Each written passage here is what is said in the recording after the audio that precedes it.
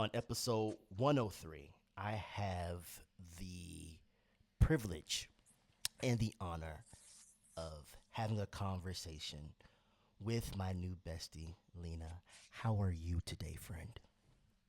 Oh my God. Thank you so much for that welcome in. And I am doing amazing today. I feel so blessed and so happy to be here with you today.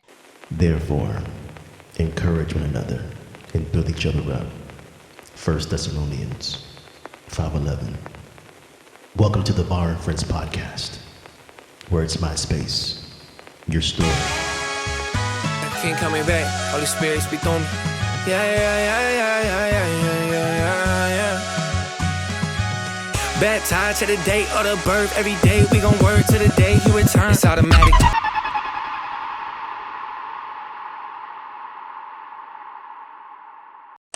So, we talked recently about your business in Colombia. Oh, by the way, she's Colombian, guys. Colombian.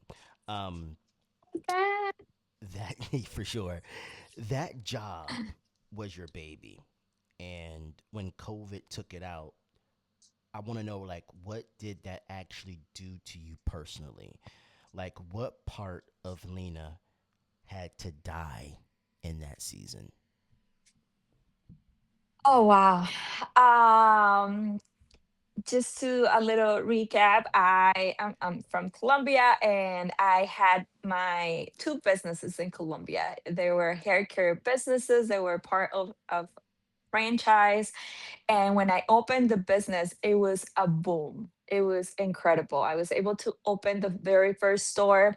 And in 7 months, I opened the second store because it was so successful. And it was everything hair, but very targeted to curly hair people. So, being curly hair myself, I understood the needs of and the challenges that curly hair um, queens deal with and kings as well deal with every single day. So it was very successful and that was my baby, like you said. I mean, like really, I like brought this into existence because when I, I got the business, it was a miracle. It was manifestation at its like finest. When I met the guy that was telling me about the business, I all that weekend I was in this event and I saw the storefront they had. I was like, oh my God, that is so cool. I want to buy a product. And in order for me to buy those products, I ate bread and water for 3 days because it was either have lunch or buy the products. So I was like, I want to buy the products for my curls. And then I meet the guy and I tell him who I was, that I was at this event out of town, blah, blah, blah. And he's like, hey, we're actually thinking about opening your city. Why don't you buy the franchise? And I'm thinking to myself, excuse me, like, do you know that I've eaten bread and water for the last 3 days in order to be here? And you're telling me to buy a franchise? Like, I was like, yeah. And then he took me backstage and he started introducing me to everyone as the future franchisee for the city that I lived in. And in my head, I was like, this guy is crazy. Like, how, like that, this is never going to happen.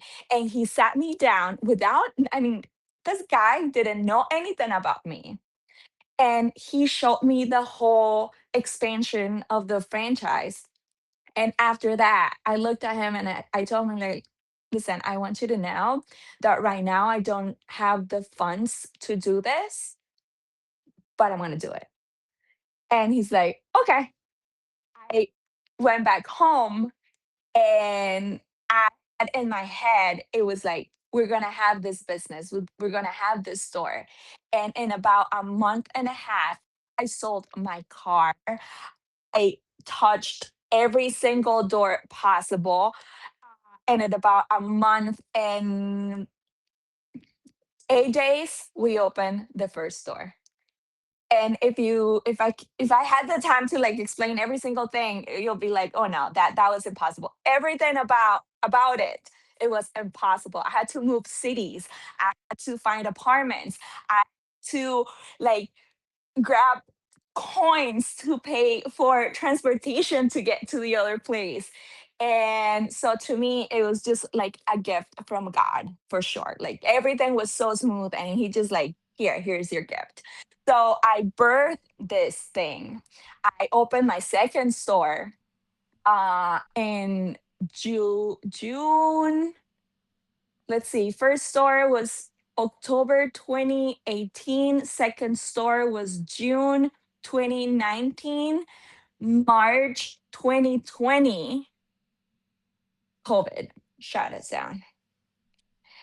So it was very challenging because, yes, my business was growing, but it was still a baby. I was still recovering from doing, with the first store, I was able to buy the second store, and I was recovering from all of that. And then COVID hit. So it was very challenging. We tried to work around it. Many things happened in Colombia back then. We had some social disrupt and things in the city. They were hurting our business very much. And there was a point where I started paying the rent for the stores with my own credit card.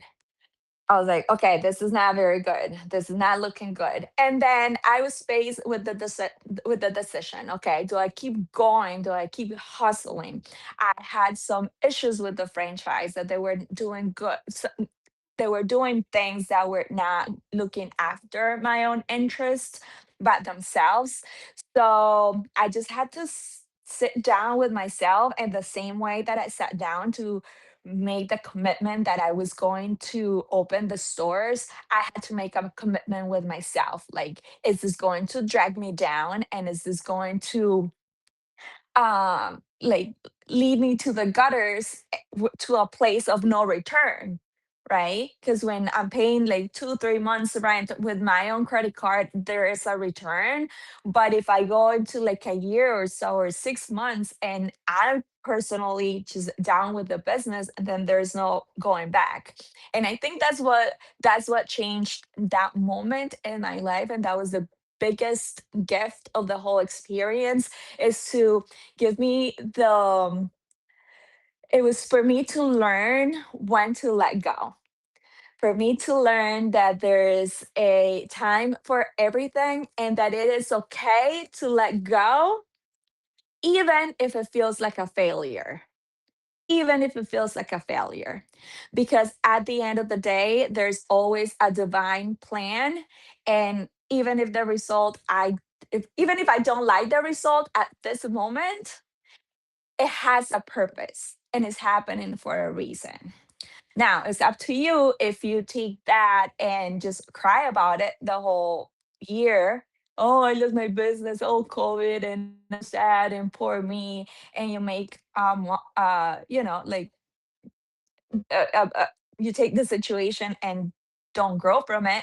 But I decided, listen, yeah, I'm shutting, and I sat my family down and was like, I'm shutting the business, and I'm not doing this anymore. And I'm not failing. I'm looking out for myself, and I'm just giving myself another chance to grow and to do other things. And that's when I decided to come back to the United States, and to start from zero. And that was my other biggest um, teaching of the whole thing, or learning experience, was to come here and start again. Yes, because I have written here that you left everything to start over in Florida. No business, no comfort. And so I want to know, what did you have to unlearn? Ooh, what did you have to unlearn or let go of mentally to even step into this new version of yourself? Well, it's just to let go of everything, of material things. I got two suitcases and I put my life in it. I had a big house, I had 3 rooms, I had car, I had all these belongings, and then I just need two suitcases with my basic things and let's go. So being able to let go when life and God is telling you to surrender, you know, and to trust that things are going to be okay. Because here's the thing, sometimes we get things in our head and we like, oh, I want this. And you try to get to that and you have like sorts of things blocking it, and but you're so like stubborn, oh but I want that, but I want that, but I want that, when there's so many things going on, maybe that's not really the thing that you're meant to have, right? But when you put something out there and things just start to happen and so easily, then you got to believe that it is meant to be, right? That it was placed for you right there. So for me to be obedient with the message that I was getting, to surrender, to get rid of everything and from start from the beginning, it was just that. It was just being able to get down on my knees and tell God, okay, I'm listening. What's going on? Let me know what's going on. And being able to feel that message in my heart and grab it and run with it, right? So I got here, I had no job, I had no place to come. I mean, I had my aunt, she was like, I mean, you're happy to stay here, but she lived far away from all civilization, right? But I came here just, listen, something is going to work out. And it did. And it did. Ooh, wow, that's amazing. That's amazing. Now, I want to shift a little bit and I want to talk to you a little bit about pressure because you are the oldest daughter, right? Mm-hmm. Yes. Mm-hmm. Yes. I already know that comes with tons of pressure. But be honest with me. How much of your life were you really choosing, and how much was you just trying to be who your family needed you to be? If that makes sense. Yeah, I think that is like the curse of the eldest daughter. We're always there, like with so much pressure, especially because society wants softness out of women, but when you are an eldest daughter, there's no way around to being soft when you are not taking care of. You have to take care of yourself. So I left my house when I was 17 years old, right? And I came to this country when I was 17 years old, and to like do that jump and always be like in charge of things even when I was growing up, it's like, oh, I want to go and hang out with my friends from the street. Oh, but take your brother, right? And this needs to be done. Oh, she can do it because my brother is 4 years younger than me and he was the baby. So there's a lot of pressure on being the first. And also my dad, he was always very um what's the word? He pushed me to my limits, right? So it was never enough for him. So obviously as girls, we want our parents to be proud of, especially your dads. And when your dad is telling you, oh, but, and I told you this story when we talked on the phone. I got I think it was like a B plus in a test. And I was like, oh, but dad, I got a B plus. He was like, yeah, but you didn't get an A. And so have all that pressure of being the best, of always being in charge, of always being the leader. It it's a lot of pressure for a woman, and it's not that we don't want to be feminine, but it's just that that's the survival mechanism that we have to take and adapt in order to thrive in this world, right? So for example, my sink gets clogged, like I can't wait for anyone to come fix it. I have to go fix it. This week, my car battery died, and I was like I don't want to do this, but no one, I can't have no one else to do it, so I have to like, uh, okay, let's fix this, right? So it's very challenging, and I really think that eldest daughters are a different type of breed, and we understand each other. We understand the struggles because it's the same thing, different household. Ooh, yeah, I hear you on that. Now, talking about another deep and sentimental struggle that you went through was with your grandmother. And yes, rest in peace to your grandmother. God rest her soul. But I just wanted you to talk briefly about how um, losing your grandmother, you know, it was sad, but it was also a relief to you and your mother and to the rest of your family. Yeah, well, my Grammy now is in heaven. It was a very long um time. She was sick for almost 20 years. She was bedridden for 5 years. So honestly, everyone was just expecting the day that it happened and kind of like praying for it to happen because you love this person so much and you see how their bodies start to deteriorate and how they get like blisters. And it doesn't matter how much they're well taken care of. It's like it's unavoidable, right? So it was so sad to see my grandma day in and day out. 3.5 years ago, when I came back to the United States, I said bye to her. I was like, I'm never gonna see her again because she was so sick back then. And she didn't. She was such a warrior. And it was so sad to see when I went back last year and see that she was just a little sack of bones. And even though you pray for that day, for the day, for them to go back to um to God and to be there and just resting in peace, it was very hard for me. Like that whole experience, it was very hard. We were there, thankfully, to be with her and to just be by her side on her very last breath. But it was very challenging, and I've always been the strong one in the house. Like you're never gonna see me cry for things. I was broken to my core, just like I was so broken. But this was something that I've learned during those days after she passed.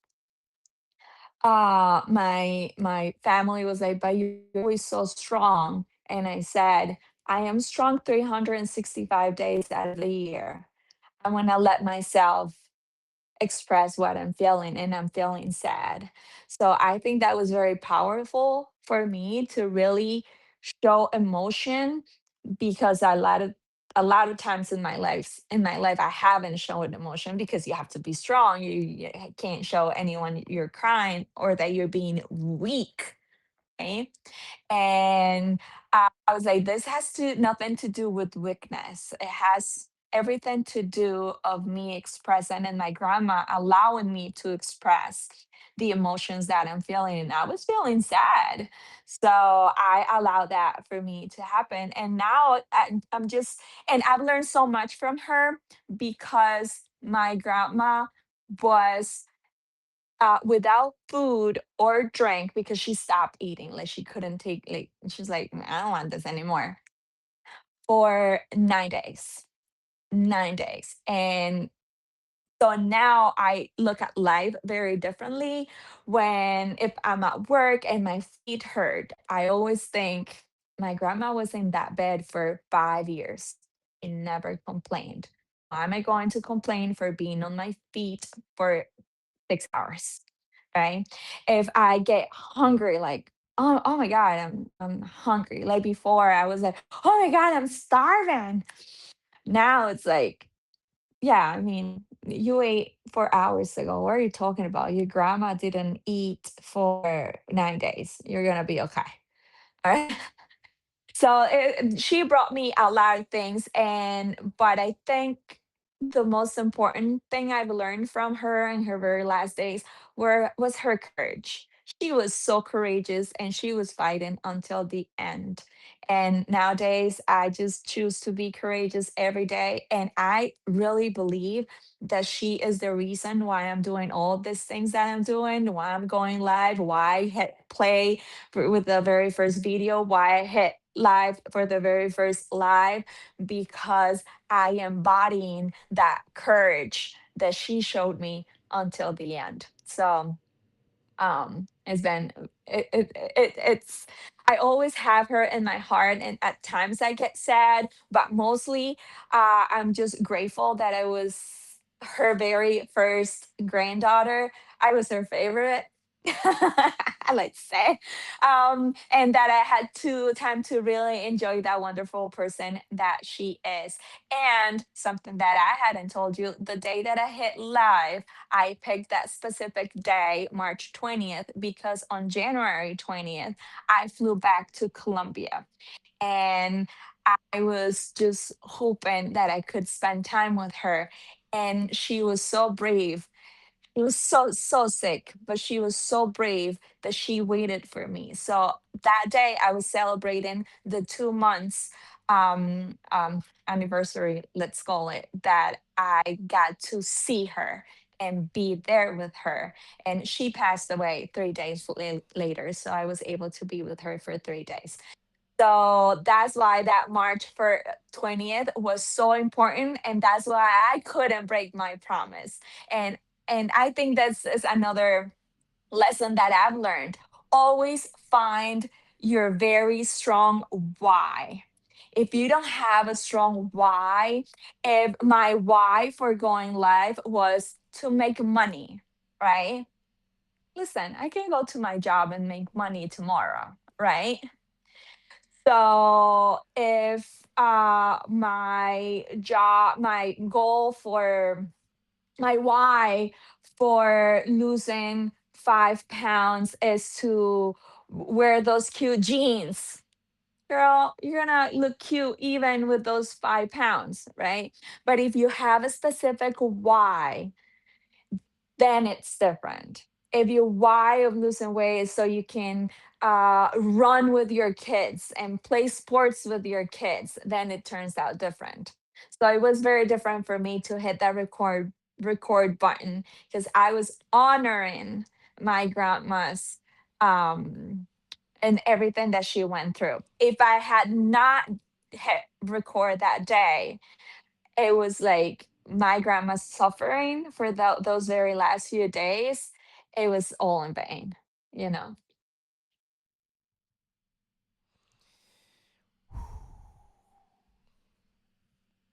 Wow. Yeah. Yeah. Real quick, what was do you remember her last words that she spoke to you before she passed away? My grandma had dementia, so she did not speak very coherent things. So I think we lost grandma probably, I don't know, like mentally, like really grandma. I think we lost her about 10 years ago.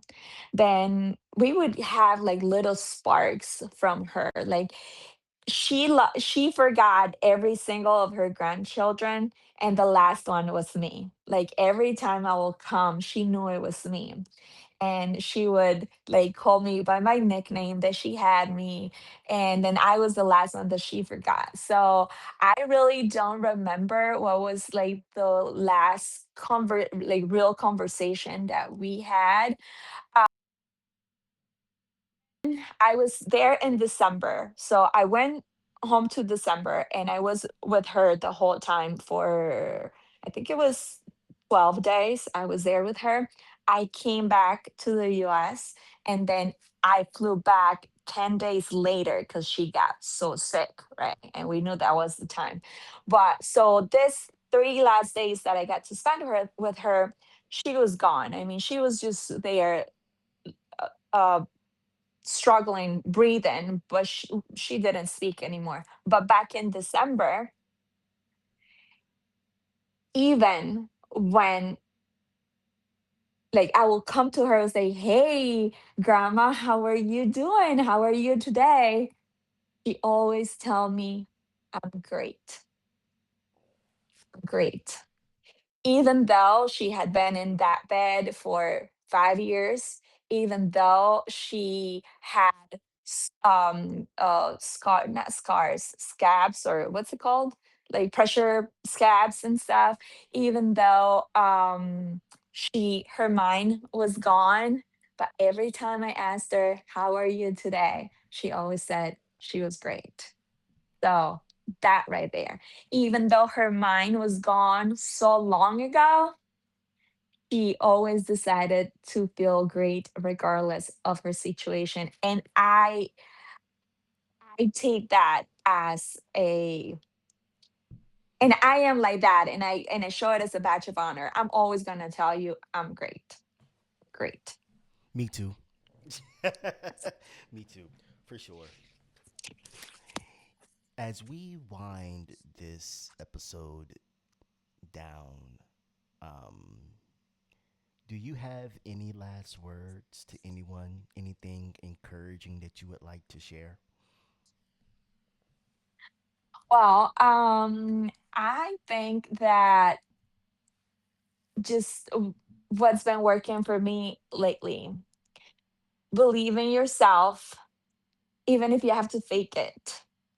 And keep your words to yourself. I am someone that I'm always going to keep my word to you. If I tell you we're going to meet at this time, at this day, or I'm going to do this for you or whatever, I'm going to do it. But I have not been doing that to myself. So really treat yourself like you would treat your best friend. Talk to yourself like you would talk to your very best friend. I can't imagine telling my best friend, "Oh, you sucked at that video."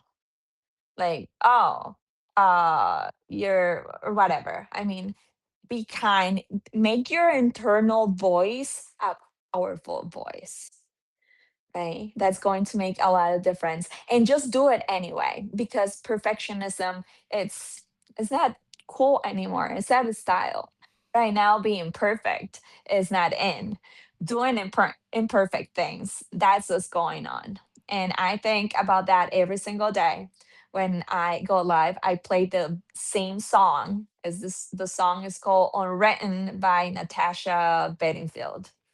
The rest is still unwritten. Today is the day where your book begins. So if you treat every single day as your new beginning, and you speak kind to yourself, you treat your body as a temple, you try to feed yourself with the best things that you can have at the moment and make the best choices for yourself, you're going to make a difference. And then just do it scared, do it with not being ready. And I think you've done that before. I'm sure that on your very first podcast you had that had any idea how to do this, and now we are at 103 and you're rocking it.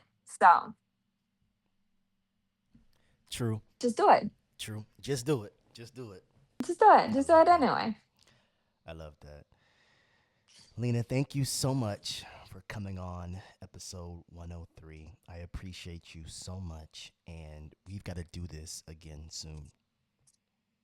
Oh, thank you so much for inviting me. I'm very happy that is episode 103 because I love the number 13. So that was like, what? This is awesome. Thank you so much. And the very first message that I got from you, I had been on TikTok for like a week. I was like, I mean, like, who's this guy? And is this a scam? Well, like, why he wants me on his podcast? No one. But you said something that you wanted to get me before I hit the 20K, and I love that. And I want to I want to thank you for that, because that message right there was so encouraging. And it was like, hey, there's someone out there that has no idea who I am, that's seeing something in the future. And I think that that is so important, to be kind to others. And I think that's one of the messages that I want to leave us with, is be supportive and be encouraged, of every single person. If you have nothing to say, just don't say it at all. And you don't know, whatever you say, how it's going to impact the other person. So, Chris, you said, I want to get you here before you hit your 20K. And that, in my mind, was like, how am I going to hit 20K when I only have 23 besties? And now I'm on my way, you know? So, thank you for that. And I'm very proud to be here. I'm very blessed to be able to share this time with you. You are an amazing person. And you said it at the beginning, we're besties, for life. We're besties for life. I appreciate your kind words, Bestie. Thank you. Thank you so much. Lena, thank you for tuning in. And until next time, see you later. Thank y'all. Bye. Mwah.